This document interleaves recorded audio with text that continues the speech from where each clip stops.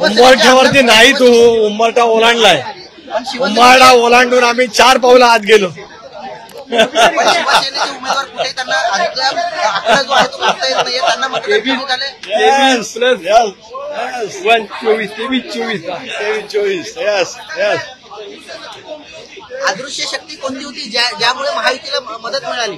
अशा खूप अदृश्य शक्ती आहे की नेहमीच आम्हाला मदत करत राहतील. पुढच्या कालावधीमध्ये सुद्धा आपल्याला तर नक्कीच उद्याच्या भवितव्यामध्ये अनुभवायला मिळेल.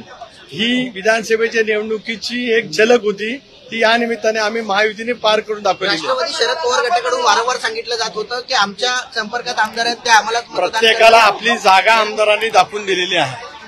जो आभास निर्माण करण्याचा प्रयत्न केला त्यांना त्यांची जागा नक्कीच त्या ठिकाणी दाखवलेली आहे.